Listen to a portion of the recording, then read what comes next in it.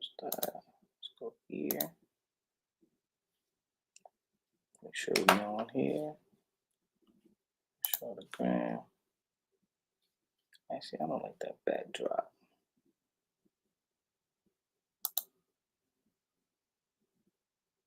There we are.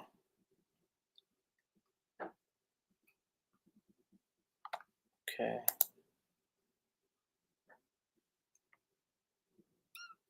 Toom.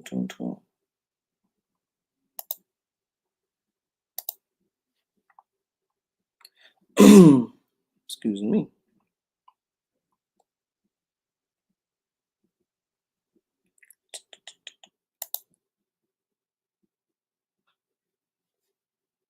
See how this works. Welcome to the Respectfully Great podcast. I'm your host, Johnny Reed, and today we have another wonderful episode for you guys scheduled today. We are actually going on our 52nd episode. Super pumped, super ecstatic. Cupcake 918 sub level 1. Lizzie's in the building, sub level 1. We have a great episode scheduled for today. As you can see, I don't have my mic. I had some technical issues with the audio, but we're going to get through it. It is A-OK. I am pumped. I am ecstatic. And more or less, I want to know how you are feeling out there today. Let me know how you're feeling in the chat. Let me know how you are feeling today in the chat. Send some emojis. Let me know your emotions. Let me know what's going on in your mind. I would love to know. I would love to know. Yes. It's going to be a good one. Super pumped. Really. You know, the beauty of experiencing things in real time, having audio issues, having issues in general. I always say that when you run into difficult situations and there are things that unbeknownst to you just coming at a sporadic moment, you're like, wait, what just transpired? I always say that this is the breeding ground for us to learn, to grow, and to be able to figure out things that we just never knew existed, right?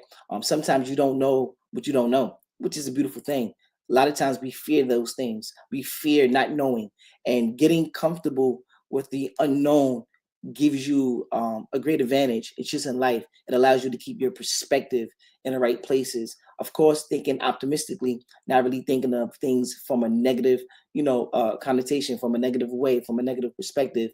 We don't really want to harp in that space of saying, just because I don't know what's going on, or just because I'm not familiar with this one particular thing, it's okay. We'll be able to figure these things out. And I love to do this thing as an example in real time. This is my second time back to back having some audio issues, but it's cool. I love it because it allows you to be resilient. It allows you to think on your feet. It allows you to figure things out like on the go, on the fly. That's what's going on at the very moment, but it's cool. We're going to get through it. We're still going to complete the task no matter what. We are here today. That's the beauty. We are here together, synchronized. We are here sharing our thoughts and our perspectives. And this will allow us to continuously grow. This is what I love about living life and experiencing life, and really having a finger on the pulse about how we feel about things. Because we always talk about perspective, and this is one form of it. Being able to look at the cup as half full versus half empty. I see some great emojis out there. I see thumbs up, seeing fire emojis. That is a beautiful thing. Yes. For myself, I am feeling wonderful. I'm feeling great. As we always do, we're going to get into a fit check, a drip check, respect the fit, respect the check. We're going to get into the attire that we have on today as well. Should I give you some of the background before we get there? Yeah, let's do that. Today's topic is about brain overload. It's about overloading in our lives. There's something that's very dope that I came across, and it's about a futuristic guy. The guy had passed, but it was a former New Yorker, and he pretty much thought in the times of what's going to transpire in the future. There's some things about technology, things that he experienced, that he's just seen in the future that maybe cause us some what's the right word? Cause us some challenges. Challenge is the right word. Some things that may be challenging to us in this day and age. And he foreseen some things he was off cue with, but it's all good. The guy name is Alvin Toffler, Toffler, Toffler. Um, Futuristic. He was a writer. He wrote many books, and the book that I referenced and I've seen and just read some different you know things out of it briefly was Future Shock. This pretty much this episode today is inspired by that thought process about brain overload, future shock, and what made me think about the word future shock. You know what?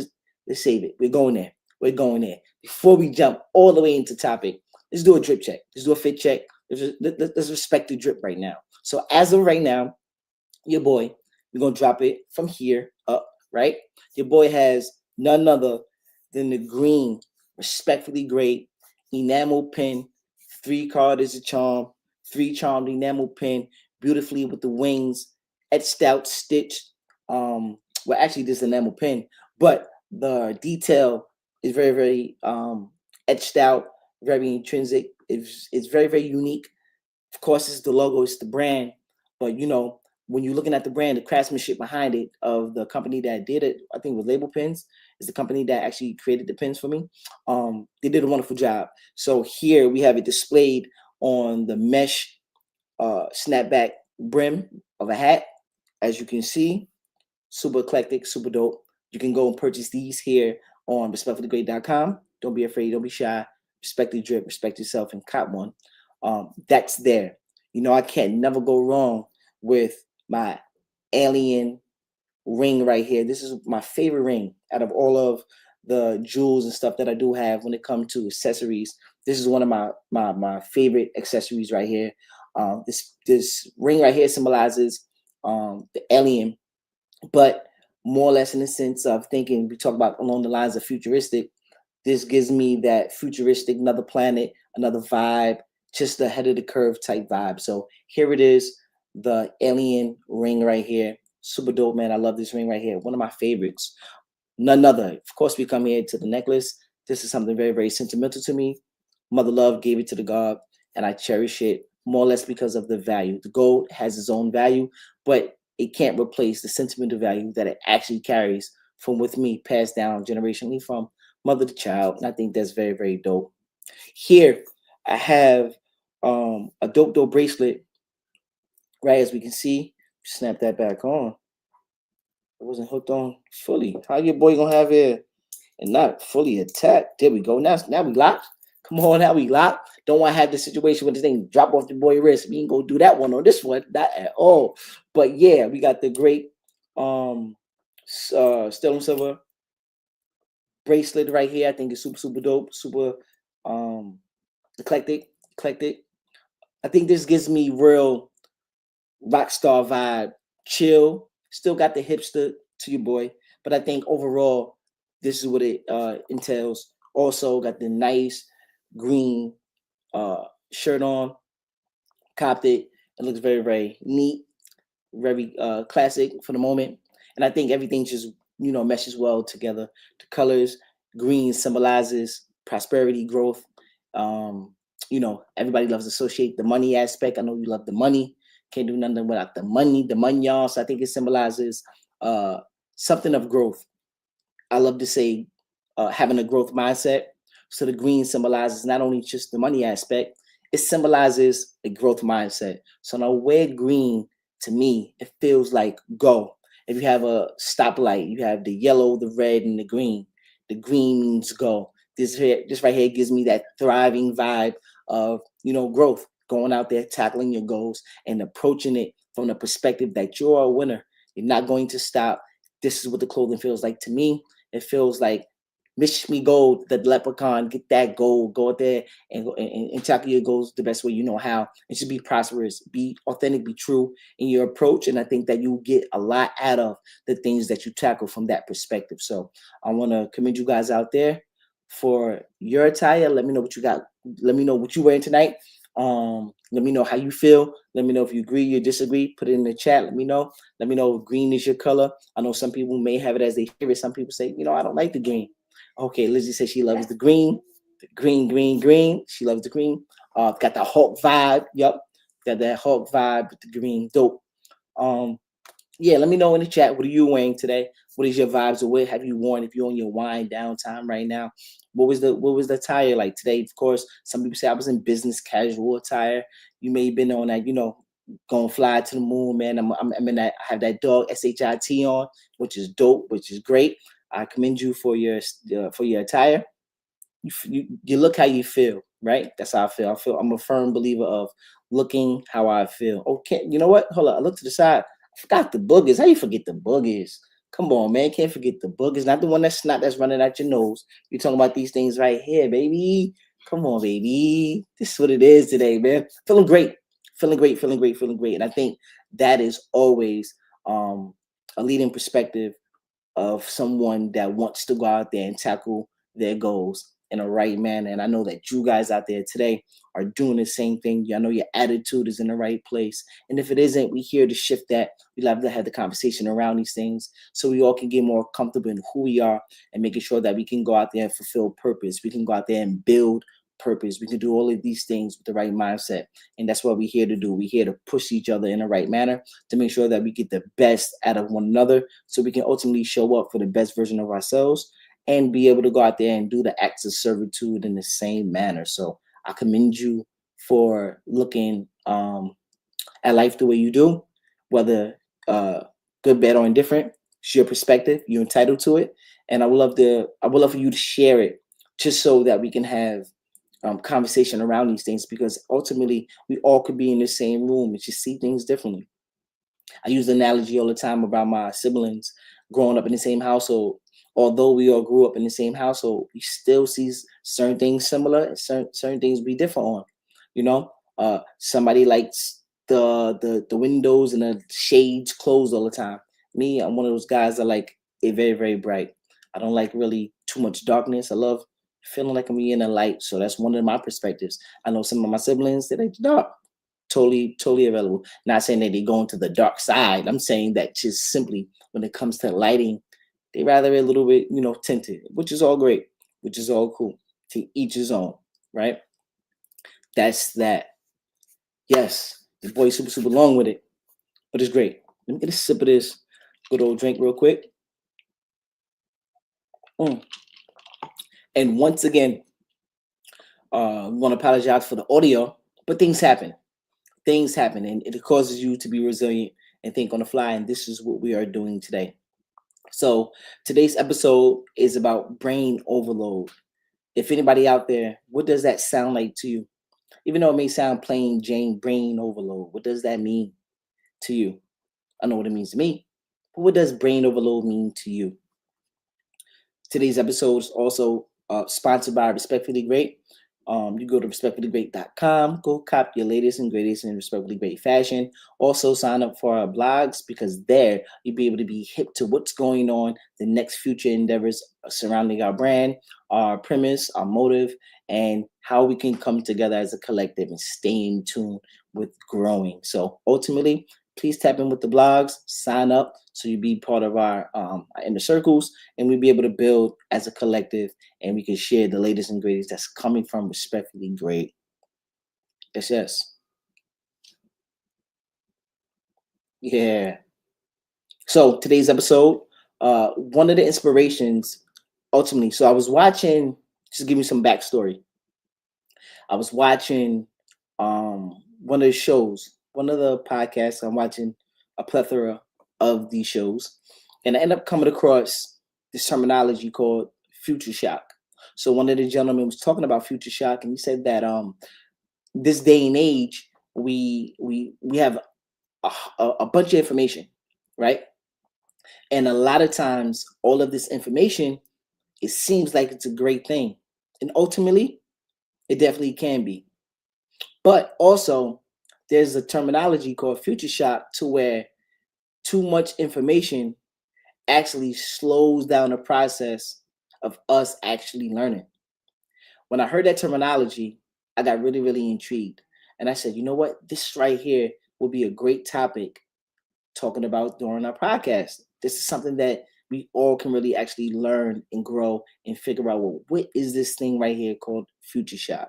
So simply, if you put it in layman's terms, it's that um having a overwhelming amount of information, and similar to a computer, you have all of these apps, all of these things on the computer, et cetera, et cetera, et cetera.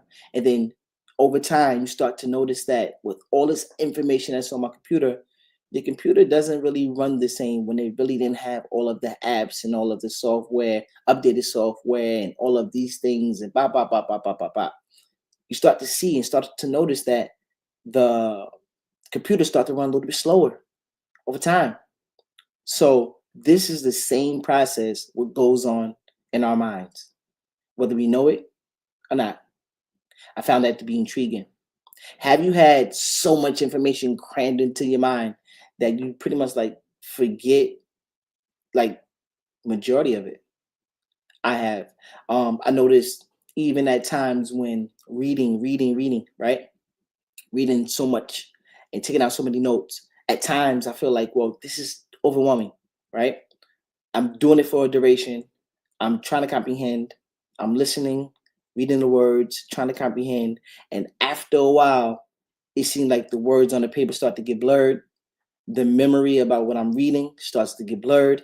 And I'm like, well, why am I here continuously doing this?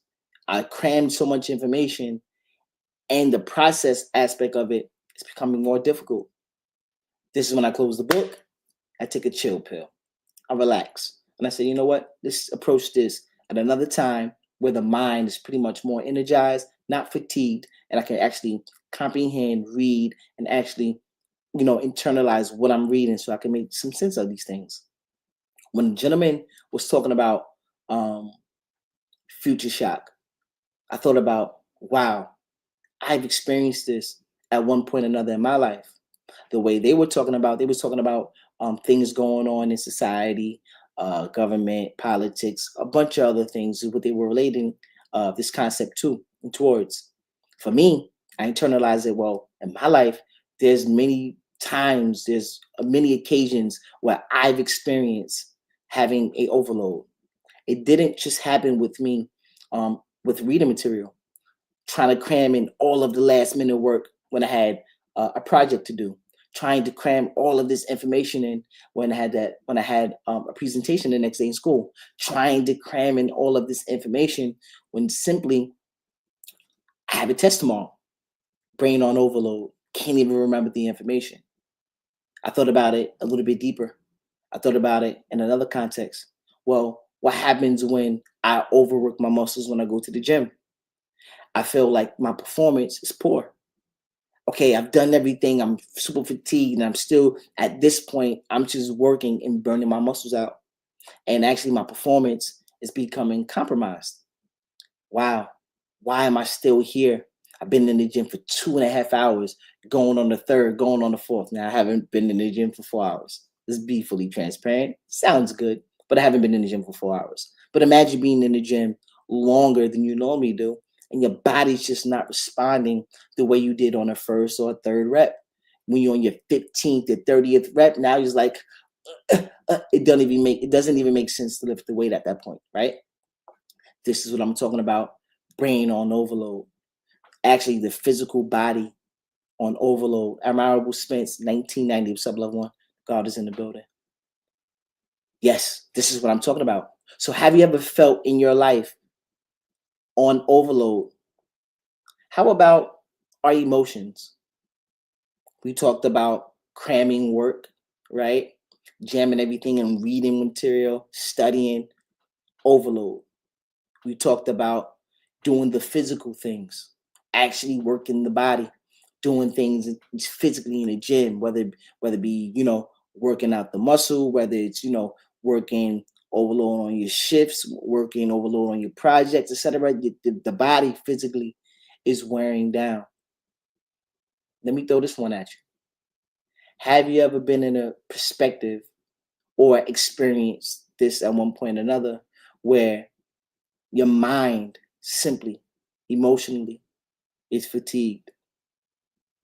Have you ever been in a position at one point or another where you were, maybe you should say, upset at something, and you had the tears weeping down your eyes, and your heart is heavy in the moment, and it's just a continuous thing of just pain and heartache, and it's like this is becoming too much to bear? What about having anxiety, anxious, always on edge?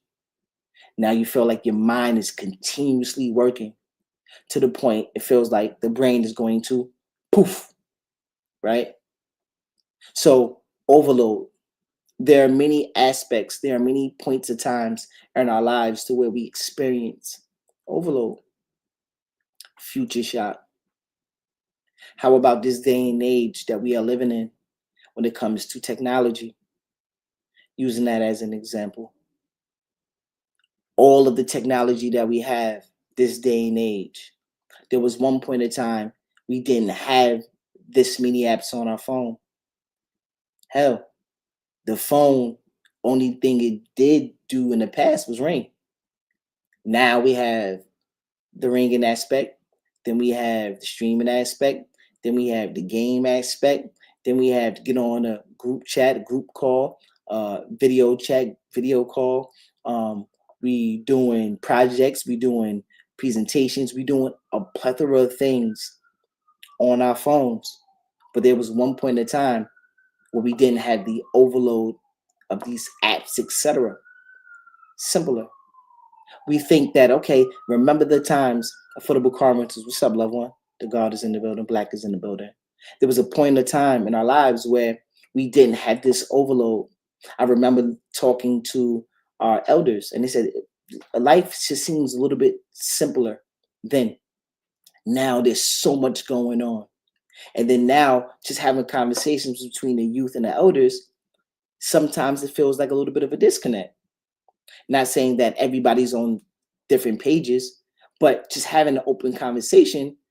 I was one of those individuals that seen the shift on both sides. There was a simpler time in my life where the technology wasn't where it is today, and I was able to go outside, able to go play some sports, shoot some hoops, play football, hang out, chill with the fellas, the girls, run around town, scooters, etc. There was a point in time in my life where I was able to experience it on a simpler level.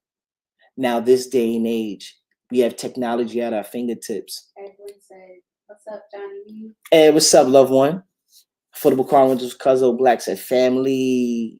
I said wildness, wilderness, wilderness crier. What's up, loved one? Ed, what's up, loved one? That's my brother right there.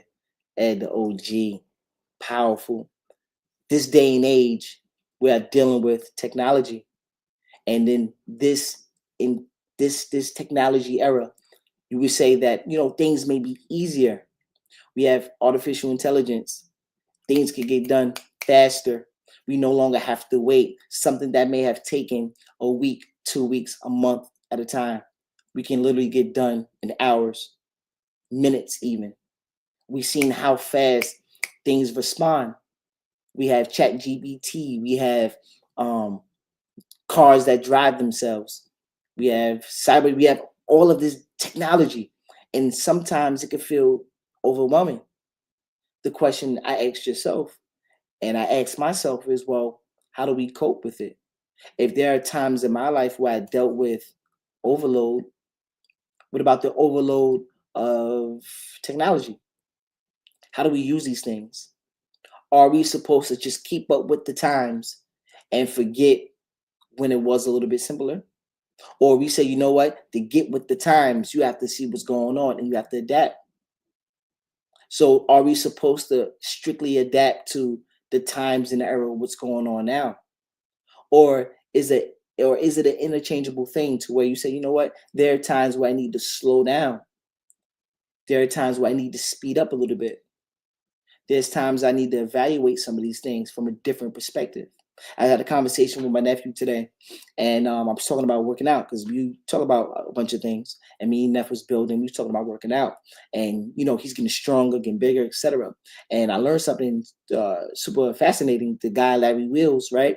He's big dude, massive bodybuilder, etc.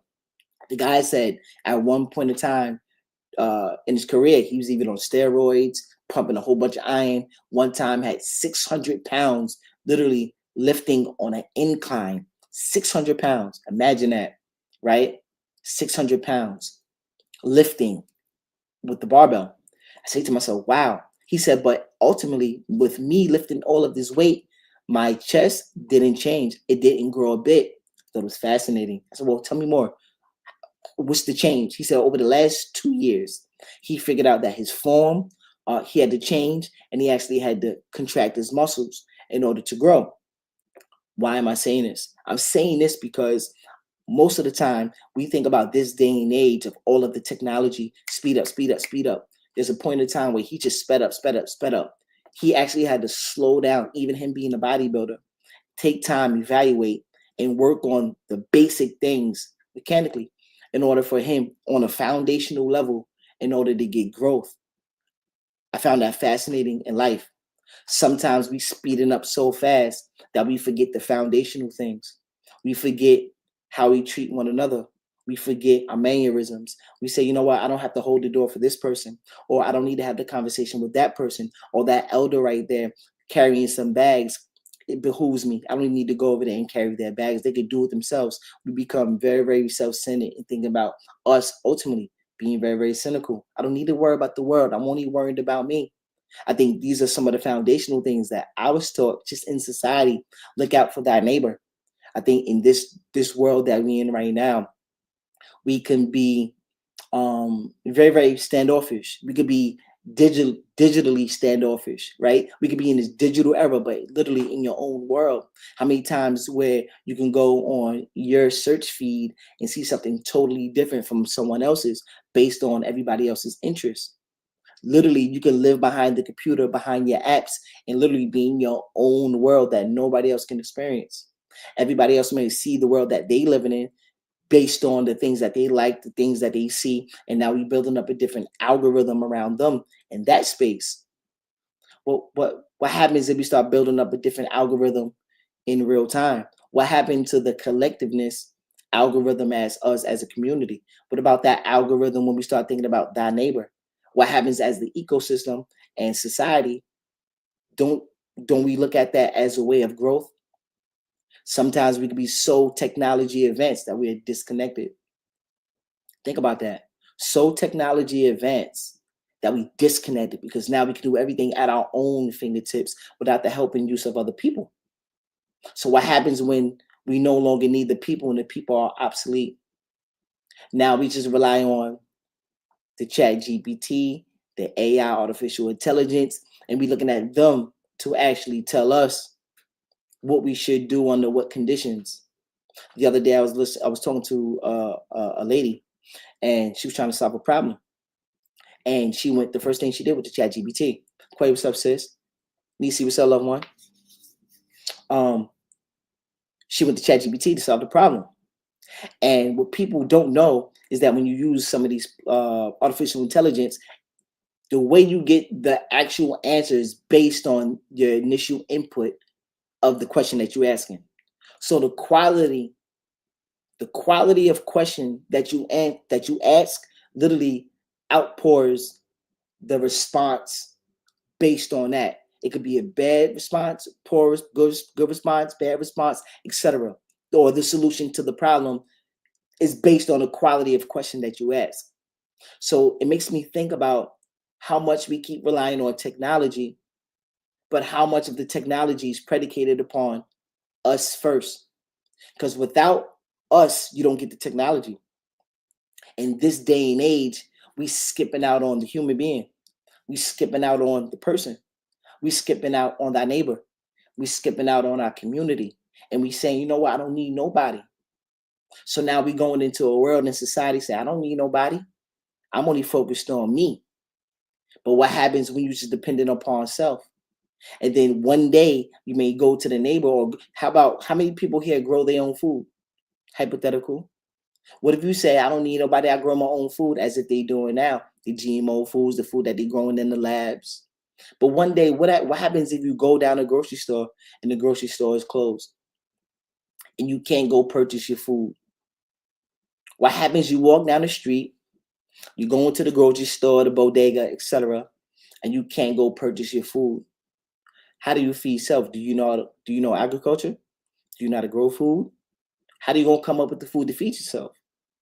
There's somebody else that may took that field of practice up and that skill set, developed it to where they know how to feed more than themselves. I heard the terminology from Alvin Toffler, and he said that in this day and age, um, we have to be I've got the term written down. Where's it at? I got the term written down somewhere.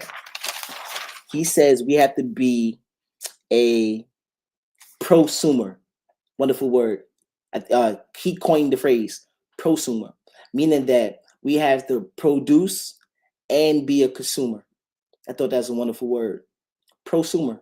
See, most of the times we used to just only operate from a consumer perspective, meaning that everything we do is just buy and purchase. So if we only just buy and purchase and don't develop the skill set or habits of being creators and being a producer and a consumer, we will be left behind in the world that we live in. Because if you had to depend on you in that aspect, what are you going to produce if you're not creative, if you don't develop a skill set? If you're just solely dependent only on people, only on other people, then where does that leave us at? What if you say, hey, you know what? I don't need nobody and I'm only going to do everything by myself? Is that extremely good?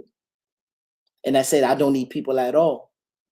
What I noticed in society is that we need the balance of both. We need to have people and we need to be able to do some work on our own.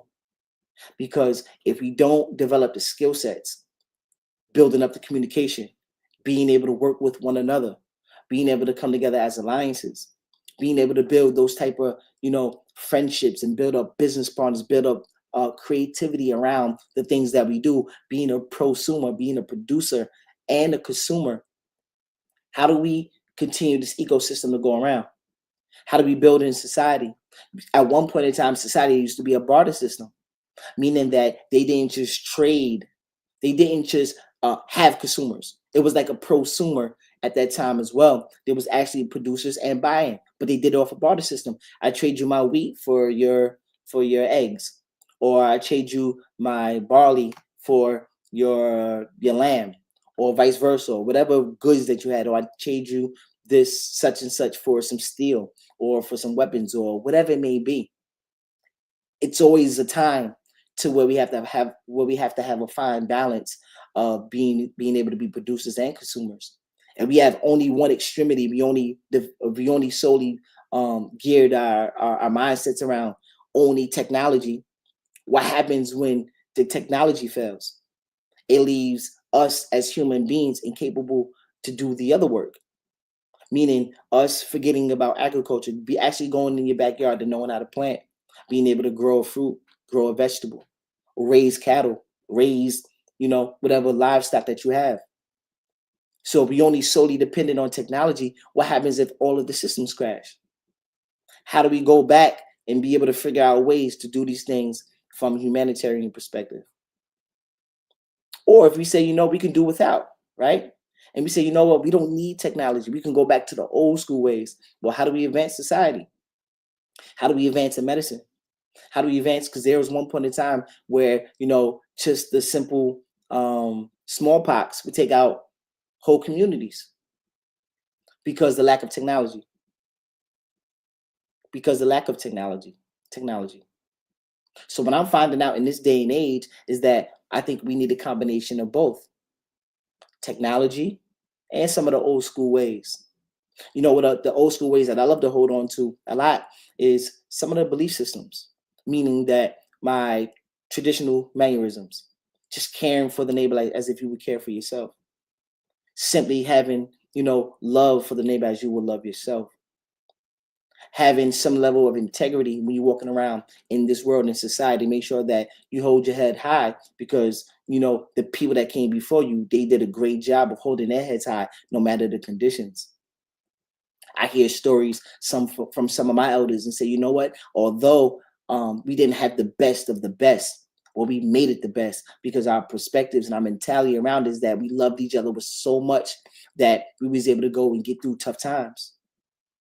This day and age, people, what's up, loved one? This day and age, tough times become very, very tough to where people actually say, you know what, I can't do this no longer, and they no longer here with us today. So it was a different level of it was a different system that we built up within one another. It was a different level of strength. Although we have all of this other technology, but it was a different level of strength that I've seen some of the people in the past, our elders, that they had that we don't see in this day and age. This world and this society that we have right now is heavily influenced by coddling, you know, pacifying everything, the grind, the grit. Sometimes that get removed, and now we just breed in a society to say, you know what, hey, I'm allow this person words to affect me to the point where I'm not able to function. Not saying that words don't hurt, not saying that people don't hurt, not saying that our emotions aren't real. But if we building up a society of, mentally drawn down individuals mentally, how do we ever have the strength to get through tough times? And these are the things that I'm becoming more aware of because I'm like, well, how do I pick myself up? When was I ever taught that? Or was mommy or daddy coming to the rescue just to come and, pacify me? Those are good nurturing things. I think that's a beautiful thing when you do have these things. But I think the fine balance of saying, when to develop the skill set to pick oneself up. As we see when the baby giraffe come out, right? The baby giraffe, D, what's up, loved one? You see the baby giraffe come out, right? The first thing you're doing, they trying to stumble to their feet, right? The mom and them sitting there watching. The mother giraffe sits around, and then the baby giraffe, before you know it, the knees are wobbling. Look kind of funny on film. The knees wobbling. Then before you know it, the baby giraffe starts walking.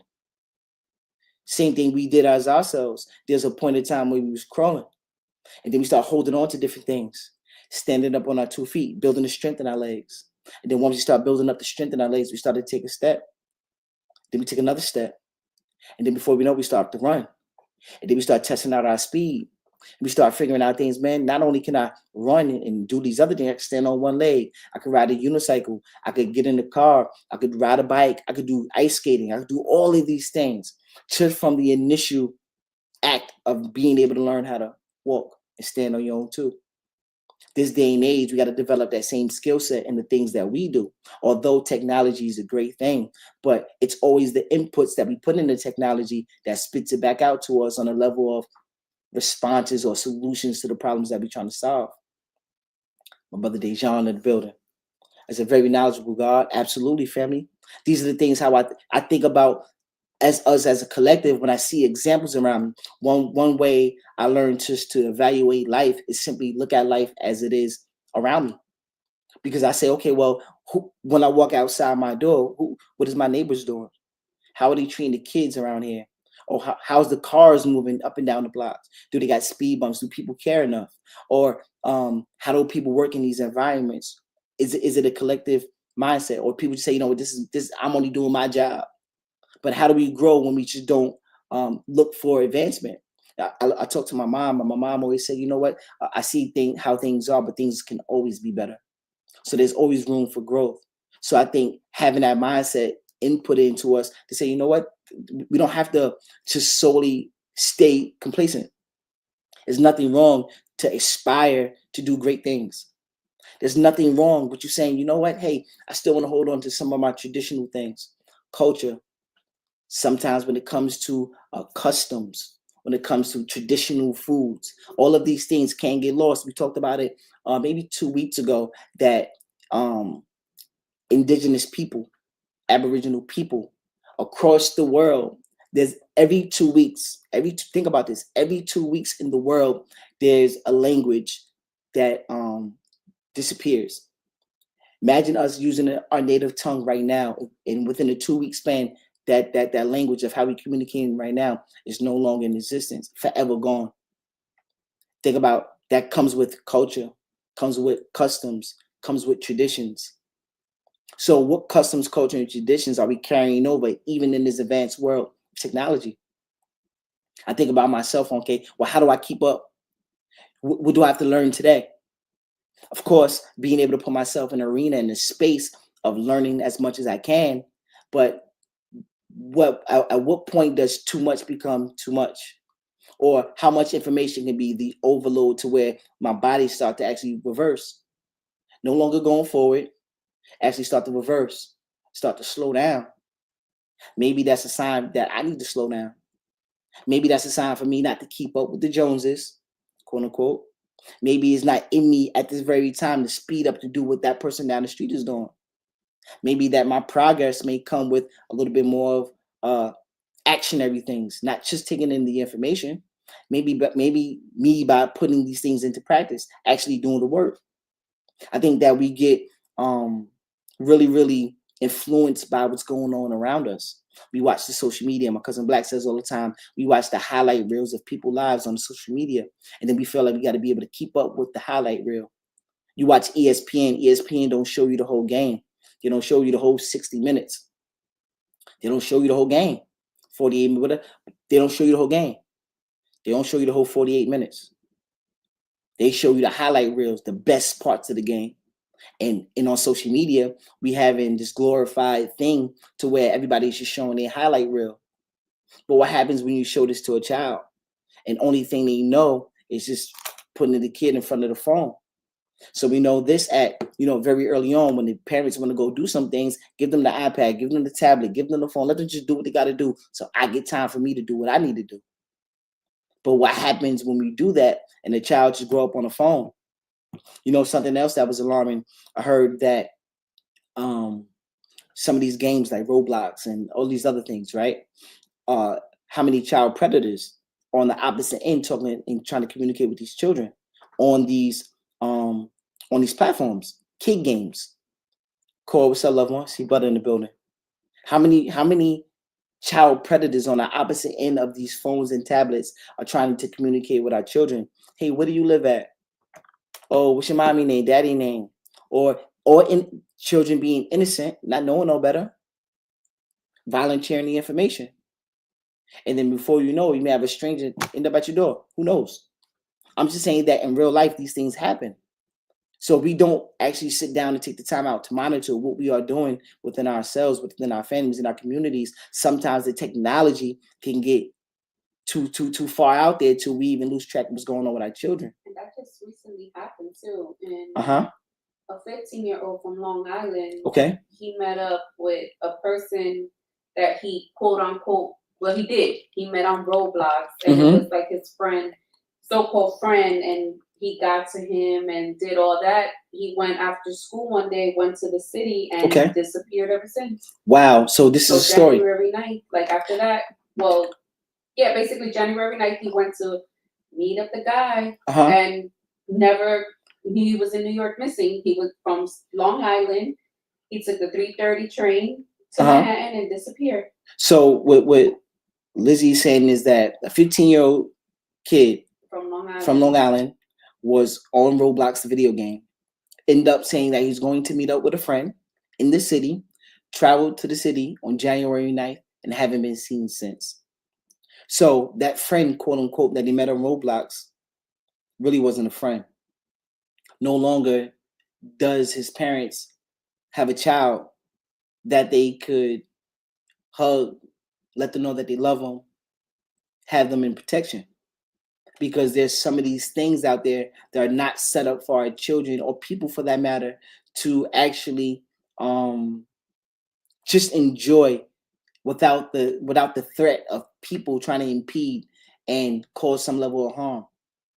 This is what happens when we don't monitor or censor the games, the apps, the technology. Or if we're going to use these things, what technology are we importing or putting in place to make sure that our children are protected? Parental advisory things, or whatever it may be. But this goes hand in hand when we're talking about traditional ways. What about if our kids were learned and taught to say, you know what, we don't move nowhere without one another. We don't just go wander off by ourselves anywhere. We should make sure that we always keep in constant communication. Hey, I'm going here, I'm going here, I'm going there, I'm going there. Letting our people have a timeline or a track on where we're going to be at what time, and expect that phone call to come in. So that phone call don't come in within 5-10 minutes of you saying you're going to be at this place. That's an alarm. So what systems are we putting in place to make sure that we are protected as people, as loved ones in society? Combination of advanced technology and some of the technology that we got to go back to. With all of the technology in this world, you would think that that timeline could be tracked. Child left at this time, follow the cameras, get on the train. Where did he get off at the train at? Who knows, right? Who knows? But where was the vetting system at? Where was the systems put in place to make sure that there are checkpoints that we check in with oneself and make sure that, you know what, we don't just move around dolo with unknown people or going to meet up with random people. Nah, we're gonna have somebody with us or somebody else that's aware enough to know what's going on and say, you know what, this doesn't seem right or sound right. Are we taught to protect ourselves? Are we taught to defend ourselves?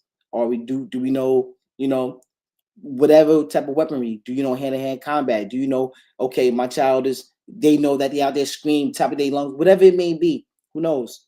But do we do these things to make sure that we are protected? We talking about brain overload. How much is too much? How much is not enough? Do we get the adequate amount of information to be able to be operational? Can we actually go out there and actually practice what we preach? Is the information so far gone that we can't even keep up to do the basic necessities? Because I feel that everything has a foundation, but what foundations are we taught and that we can actually go and build upon that, where we can actually compound off of what we know?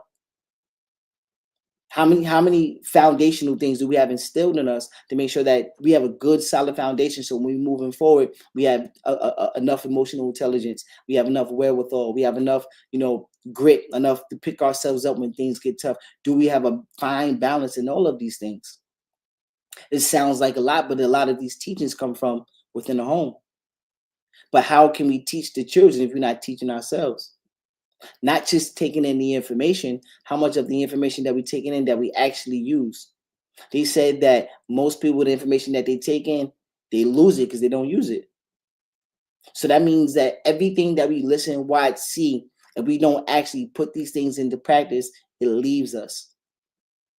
So what does that tell us about the information that we intake? It's not about just constantly taking, because the more and more that we take, the more and more that it leaves if we don't do the actionary aspects of it. If we don't put these things into practice, if we don't practice what we preach, and start to perfect these things and start compounding on top of it once we master the foundational things. This goes back to oneself. How much are you willing to do some of this work? How much are you building around you, so to make sure that we have the ecosystem to check the system in place, so we know, okay, you know what? People like us do things like this. People that love one another, people that will love one another. What does love look like? How do you show love? How do you express love? How do you write love? How do you identify what love is? How we know these things? What is respect? How you know when someone respects you? Okay, first you have to have, a system to where there's a pact, there's an oath, to where you have to have some level of self-worth and knowing your boundaries. Okay, we know that disrespect when happens when people overstep their boundaries with you. Meanwhile, but okay, how do people know what boundaries that they overcrossing? Did you state these things? Did you express? Did you build that pack and oath and say, listen, when we doing these things over here, these lines shouldn't be crossed with me and I shouldn't cross them with you? Is that stated? Or is it just a known thing? What I learned along my journey is that I don't just leave it up for speculation, because when I did, that's when the lines get blurred. And now I love to be affirmative in my communication. That's part of the communication aspect. Enhancing that by being upfront, being truthful, be parent, being truthful, honest, being transparent.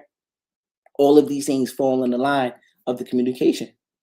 So now I'll be able to express myself in a manner of knowing that these lines shouldn't be blurred, because I was able to express myself. I was listening to Jim Rome, and Jim Rome saying that a lot of times when he did his workshops and he's going around from prison to prison at that time, he said what he noticed in the prison system is that in the prison system, a lot of the people that he came across just had a limited vocabulary at the time. right? And he said that what that equated to was that when there was something that was on whoever mind and they didn't put the right word to how they felt, it turned out to be just an action, everything. And it was a reaction thing to where they didn't know how to respond to things, whoever they are. So that means that they acted out how they felt. So if that person, he or she, was dealing with some level of frustration and they couldn't express what they were frustrated about, it turned out that they were just acted out. So for you being someone that's very knowledgeable and aware, what does acting out frustration look like to you? It may be hitting another person. It may be throwing something. It may be cussing and carrying on. It may be some level of disrespect. It may be something that who knows, right? But 9 times out of 10, when you think of frustration and somebody say, I gotta let out this frustration, right? It's normally attached to some level maybe of anger. How do angry people act out their frustration? If you haven't learned and taught that, you know what, we can transfer this energy in a different manner. We can write in a journal. We can write down how we feel. We can speak to air, like we speak to a trusted advisor, speak to a community, speak to people that's in your circle, speak to a therapist, speak to some other personnel or people or groups of people that may be able to give you some insight because they love you enough to tell you the truth, like Gary Vee said. They took enough time out to love themselves to actually love you that they can offer you sound advice. But do we know that these systems exist? I'm listening. Not only that, like also, like they said, especially with trying to get with kids, if kids can't express it to you how they feel, they can't talk to you, tell them to write it down on a piece of paper and give it to you. So Elizabeth was saying that, like dealing with children, if the children can't express how they feel, give them a piece of paper so they can write down, so they can say how they feel. How many of us emphasize our children being writing? Everything's fingers, right? The games. What about the art of sitting down and just actually creating, drawing, writing? Draw me what a house looks like. Draw me what your favorite cartoon looks like. Draw me your favorite person. Draw me whatever it is that comes to your mind. Having a child actually draw and write and sketch out their thoughts. Powerful. You know how much power that's in that, being able to express when they're going through something or something that's on their mind, being able to write it down or detail it or sketch it out. You know how much power is in that? Along our journey as we start to become adults, right? And not even saying maturity, because that comes with a level of knowing better and doing better. But just say as we get older and become adults, what happens when you get an adult that didn't learn how to control their behavior? If you get around people or personnel that didn't learn the art of transferring their energy in the right manner when they're frustrated with something. Berg, what's up, loved one? Brother Berg in the building. What happens under these conditions when we build up this level of frustration and we don't know how to exert it? We don't know how to get it out in the correct manner. And we just only learn to talk, to fight, or to express it to hurting somebody else because I've been hurt. Or have we learned to say, you know what, although I'm hurt at this moment, how do I heal? Okay, I'm hurt right now, but how do I heal? It's the solution to the problem. Not keeping the problem going, not saying, okay, since I'm hurt, I'm gonna hurt somebody else. Because we know that's just a chain reaction that doesn't go anywhere and it just persists and it just causes more conflict and confusion. So now we got to be more solution-based people. So we say, although I'm going through some things, there's a solution to this. Or I've seen this before. How did I get through this last time if I've seen it before? Or if I handled this poorly last time, how about I not take that same route or the same road that I did last time that led me here? You know what? I need to get around some people that's a little bit more level-headed, right? If I'm the one that's the hothead, okay, let me get around more people that's more level-headed. Or let me get around more people that has a different insight, different from my perspective. Because this person right here just seems to handle some of these situations better than I do, and vice versa. There are gonna be some things that I handle better than some other people. But what about if you build that trusted advisors around people that y'all can trust each other and say, you know what, although I'm little behind the eight ball on this thing right here, I can manage these other things over here very well. And what about if we just have a fair exchange of energy and say, you know what, how about we come together and bring my skill set with your skill set together and help one another? That's how you build a community. That's how you build an ecosystem. That's how you build your trusted advisors. Collectiveness, being able to do the individual work and say, you know what, since I've mastered, I've gone through the things I've gone through, now I can offer my expertise in another field. Go help somebody else, ask a server to, let me go share this wealth of information. Let me share the act of how I got through this thing. Everybody's voice is powerful. Everybody's experience is important because there's certain things that you have gone through in your life that I just haven't seen, or I didn't even know that that aspect of life existed because I only lived in the world that I was brought up in. So there'll be somebody way across town or right in my town that experienced life totally different than I did. There's somebody that grew up in a two-parent household. There's somebody who grew up in a single-parent household. There's people that grew up with no parents in their household. And everybody got a different thing that they do based on the conditions, based on environment, based on perspective. There's value in all of it. The thing is that if we start becoming more solution-based people, no matter what the technology is looking like, no matter what the old system that we hold on to, we be able to get through things. Because every day there's a task at hand that we gotta constantly figure out. And there's tasks at hand that takes a little bit more than a day-to-day work, or takes longer than just doing the act of the one thing.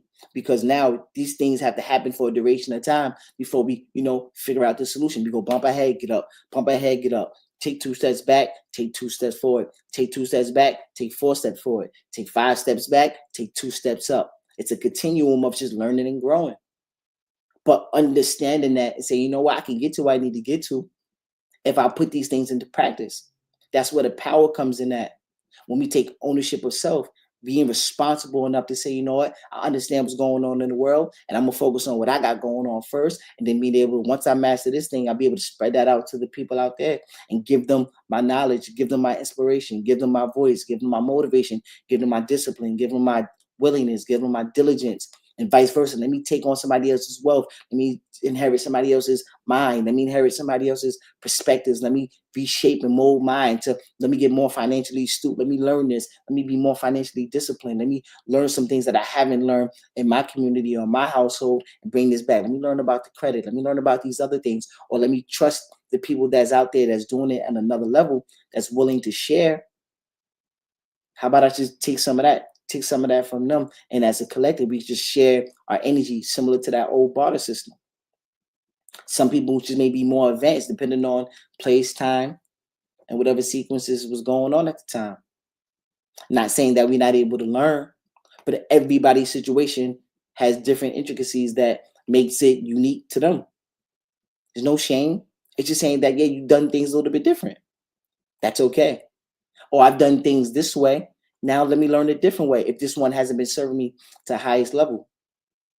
I think this is where we start to learn and grow as people. I think that when we're taught to put onus on self and start to teach each other and say, you know what, how about we pick ourselves up and let's do the work? Because we can't neglect the work. The work has to be done. Because if you don't do nothing, then nothing happens. Only thing constant in this world is change, but we can get in an entropy mindset, lead to disorder and chaos. If nothing if nothing is impeded from an outside influence, meaning that if we just stay stationary and we don't push for growth, everything over time decays. Everything over time decays. You have a piece of metal outside, it breaks down, it oxidizes, and it turns into it releases different chemicals. You start to see the rust, etc. What happens? You have a plant outside. You planted that seed, but you don't give it sunlight, or you don't put it in the right soil. You start to decay. What happens when we don't work on our minds? We don't grow the mind, like Laura Boy said, and we don't strengthen the mind by doing challenging things. We just do the easy things. The brain shrinks. The brain doesn't have to work as hard. So now you're going out there and you have this big old brain to where we can go out there and do wonderful things, but we're not strengthening it because that's a muscle in itself. Same way we go pump iron in the gym, the brain is a muscle as well. So we have to strengthen it. The way we strengthen it is by doing difficult tasks and actually executing on that. Learning the information, but taking actionary steps in order to get it done. Not just intake of the information. They call that mental masturbation, constantly taking in information, but we don't put none of the information to use. This is how the world works. But now we have to have a general concept of where we stand at with these things. What do you want out of your life? We got to simply ask ourselves those questions. Well, what does life look like to you? What is the ideal life as of right now? What do you see for your future? How do you want to connect? Do you want to connect? Do you want to do like Walden Pond Throw and go into the middle of the wilderness and just be in total isolation? He drove himself crazy by doing that. He said, this doesn't work. I thought that going out there to the wilderness and just being total isolation works for me. Nah. Of course, you want to be able to connect with nature, but having that loneliness as a human, you still needed that human interaction. But what happens if we get disconnected from the human interaction and everything is through cyborg and through cyber and through the net? It's strictly technology, and we just miss out on the human being. If we miss out on human being interaction, we miss out actually on self. Imagine you become obsolete, and they say we no longer need you. We could do this whole world only strictly with technology. We don't need the human. How crazy is that? That means that the society will crumble. No reproduction. They don't need man, woman, and child. What happens under those conditions? This will be right? Will be diminished. It'll be all gone. And then we don't have to sit here and have conversations around it because we won't be here, right? So we still want to be able to be around and look forward to things in the future. It's a combination of both.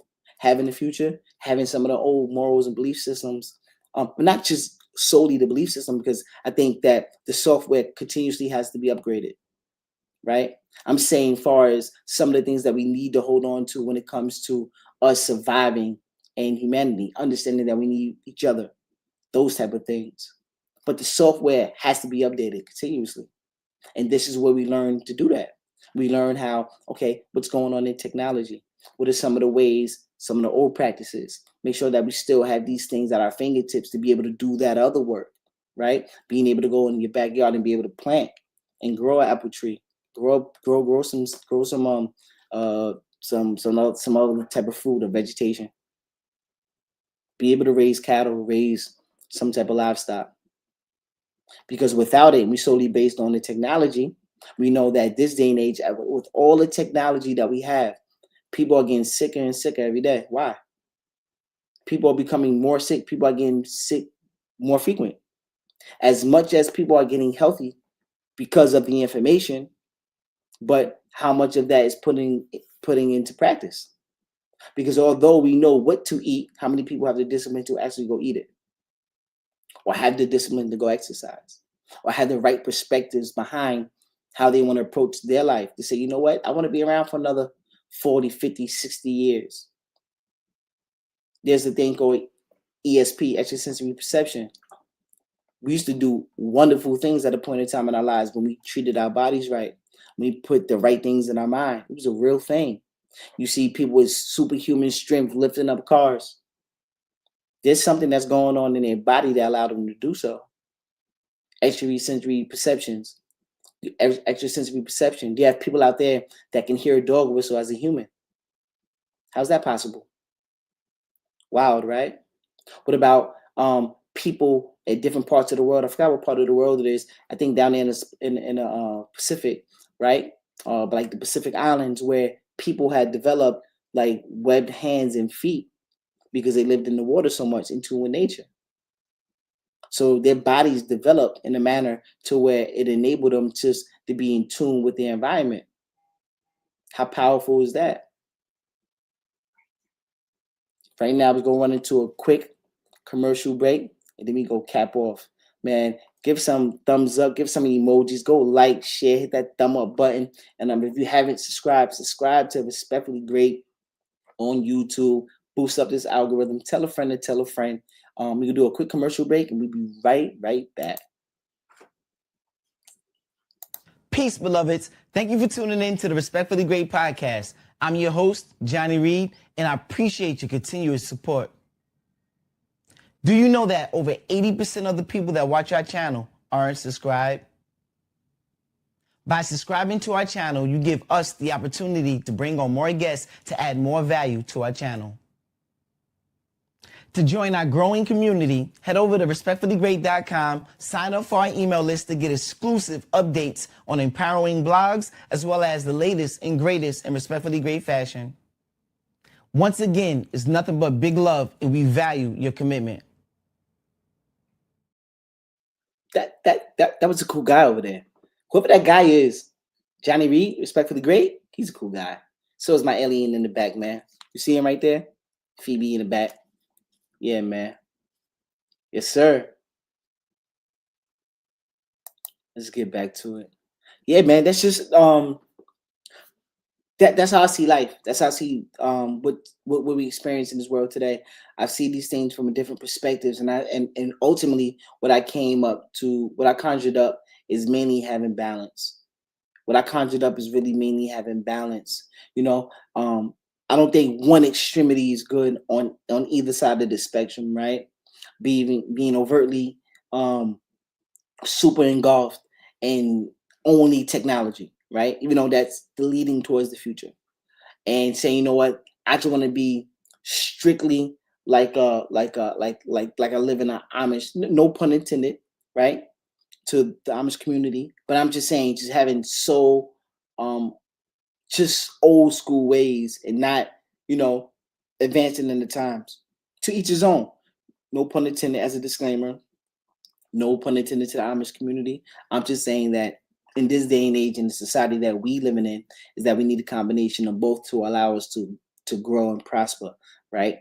Of course, you can hold on to those old mentalities and having those old things where you just got an old school way. You're entitled to do that, right? You're entitled to do that. But just advancing in this world today, just want to be a part of this thing that we got going on. I think it's a combination of both. Having that old school value system with some of these things, upgrading our software, but also just being actionary people and taking action and the things that we do, upgrading when it comes to the technology, but actually putting these things to use. We can download the information, we can get the information, but how much information can we continuously download without the use of it, right? And putting these things into practice. And I think that's where we start to develop who we are, where we are, where we want to go. I think that when we start looking at life in a perspective that allows you to grow, it's a bonus. It's a plus, because I think that you could do so many wonderful things when you upgrade your software. When you say, you know what, I learned from my past, and there's some things that I'm experiencing in the future, and the future generations that's coming behind us. There's some things that I feel are very, very valuable that I want to pass down to them. There's some things that I'm not super proud of or super in tune with, but I could give the best of me. I could show up the best version of myself and give people, when I come in contact with them, that version. And I feel like we do our society justice. I think that when we show up the best version of ourselves, we do wonderful things as humanity, as people. And I think that from that stage alone, we're in purpose and we fulfilling it. Everybody's here for a reason.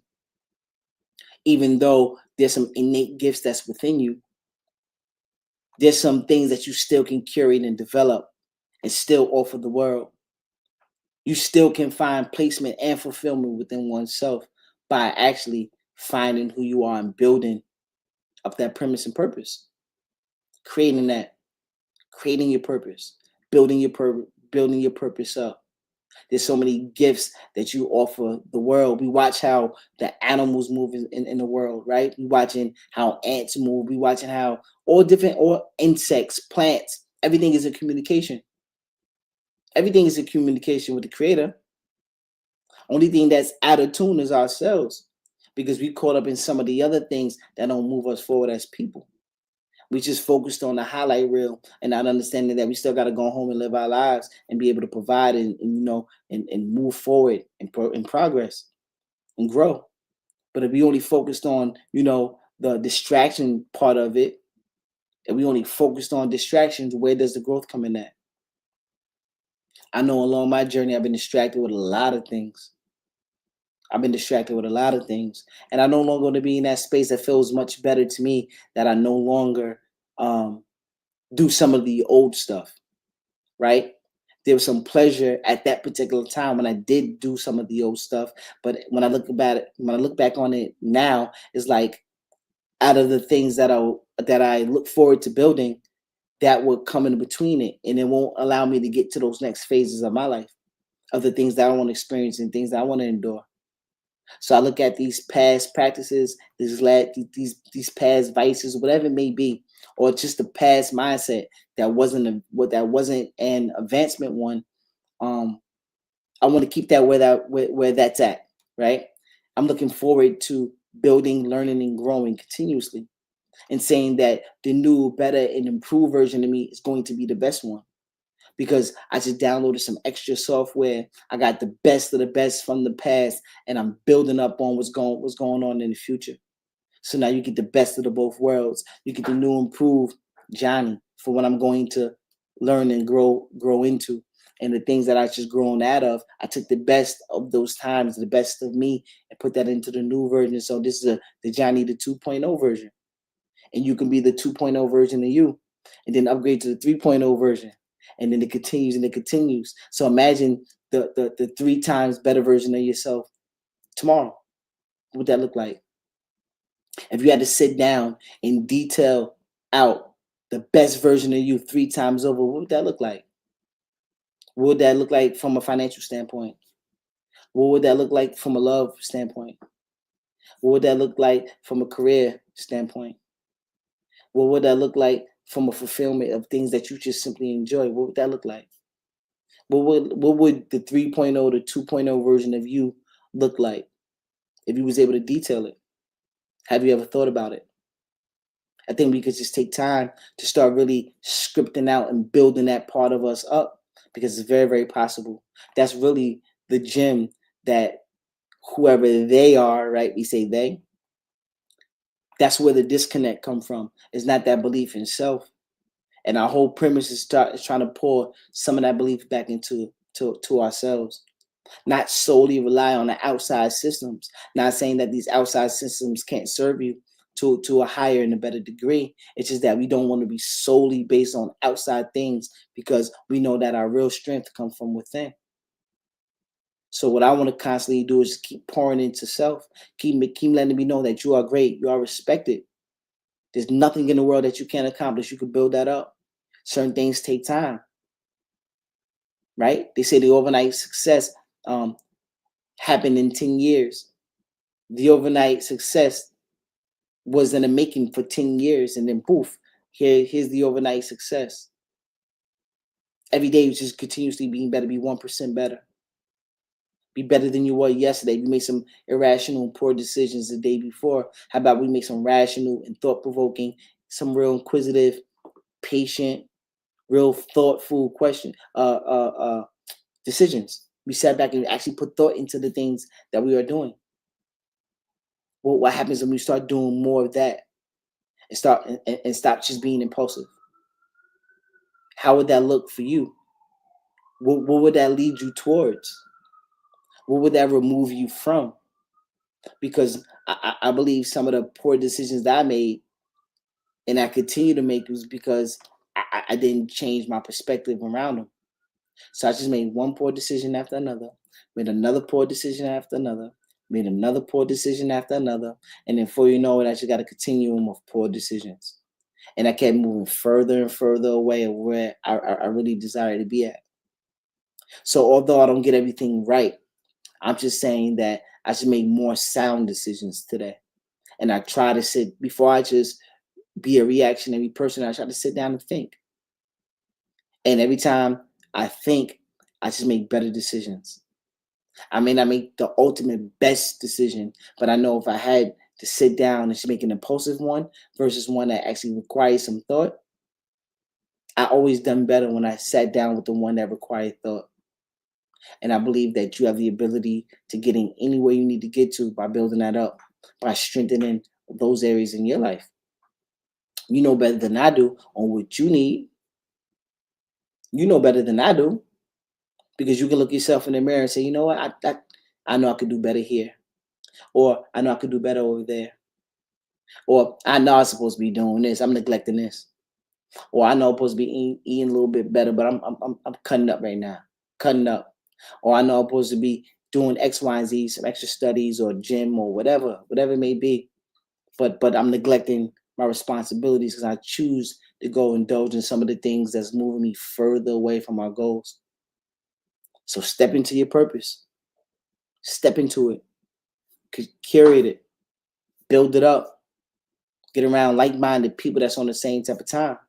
And if you can't find them, build it up within oneself. You become the person. And you put the study in, put the legwork in. And then before you know it, your overnight success will come with a whole bunch of grinding grit that's really worth value. Because can't nobody take that away from you.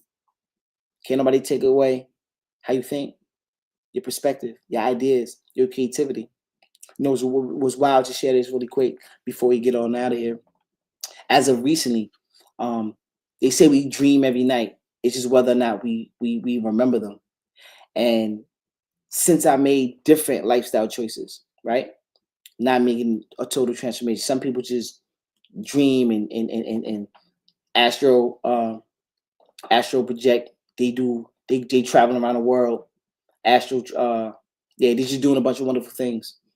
For me though, there was some level of blockage for whatever reason to where I just didn't remember anything. As of recently, I've been having vivid dreams that feel real. And I wake up and I'm reciting them in the middle of my dream, then waking up actually reciting them and whatever that is. And I'm saying it because that for some reason I just feel a different level of clarity. For me, anybody else might have a different opposing opinion or fact around it. But for me, I just seen different changes, just the way I approach how I want to live. And I'm seeing differences in my life. And what I'm saying is that you may come from a place or an environment or a thought process to where you think that it's not possible. I'm just sharing my experience with you, saying that there were many places I was at where some people can quote unquote call it the bottom. And it was because some of the choices I made in my life that led me there. And I want to let you know the power in choice. You have the strength to push you further away from where you're trying to be at, or you have the strength to empower you in the decisions that you have, and the decisions that you make can empower you to be where you want to be at and experience life the way you want to experience it. So don't get discouraged along your journey. There are going to be some times where you run into some situations, but you when you become bigger than a problem, there's nothing that you can't solve. There's a solution for it. There's a solution for it. So don't give up on yourself. Empower yourself. Empower yourself. Give yourself permission to go out there and be who you want to be. Give yourself permission to be that.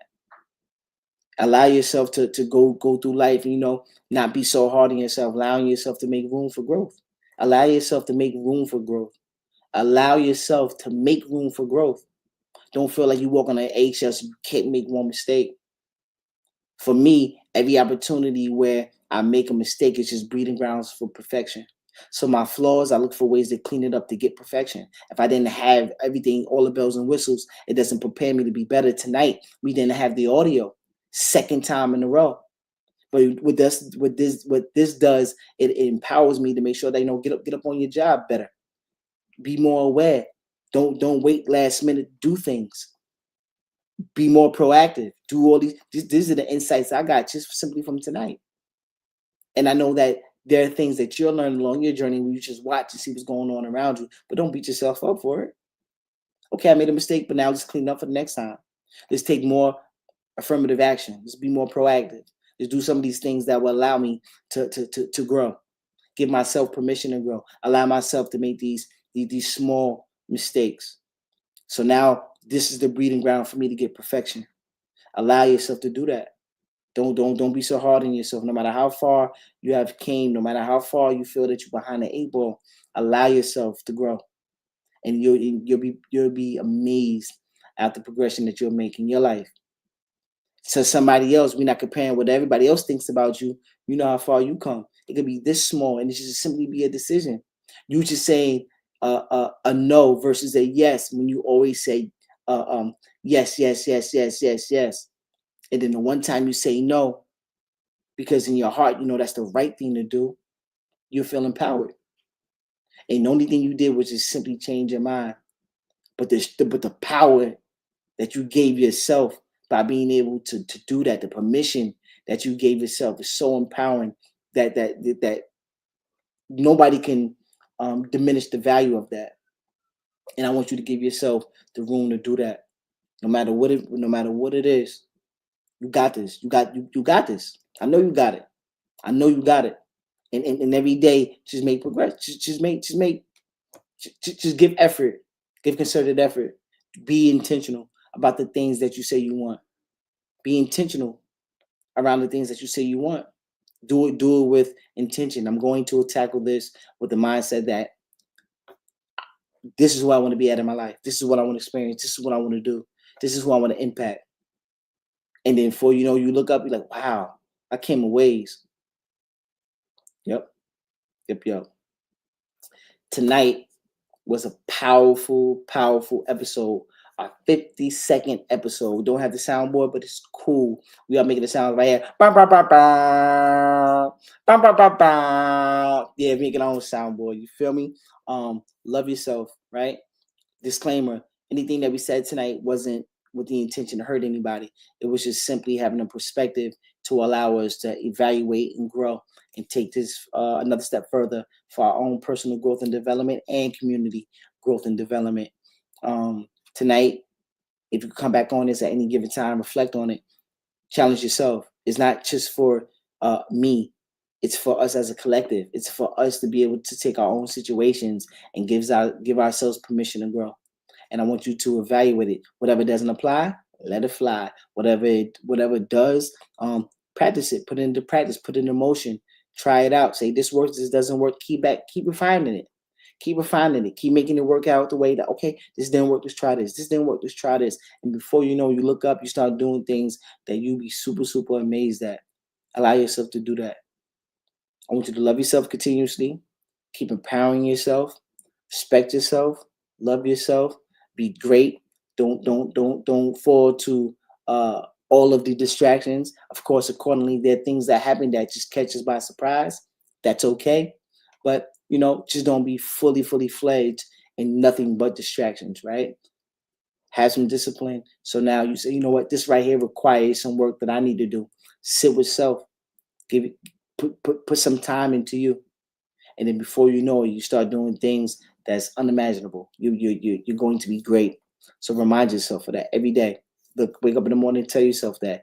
Figure out those combination codes. Every day I got a combination code, a set of things that I do every morning, no matter what. I get up, I pray. First thing I do, I read something, I hit the shack. That's what I do, just to make sure that my day is on the right page. There's some things that happen during the course of it that may ruffle the feathers. Water under the bridge. I find ways to make sure I cope with it. Take time out for me. Recenter myself. Oof. Now I'm back. Now I'm going out there and completing the task. Man, I love you.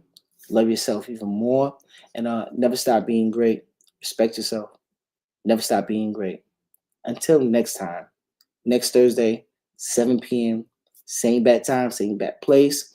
Tell a friend to tell a friend. Also, when this is over, you made it to the end, thumb up the video. Tell other people to tap in. Let them thumb up the video. Share this. Let people know it's a wonderful, safe space that we can come in there and just be ourselves. And never stop being great. Never stop striving, and be intentional about your progress and your well-being and your fulfillment. Love yourself. Respectfully, we're out of here. Till next time. I holla.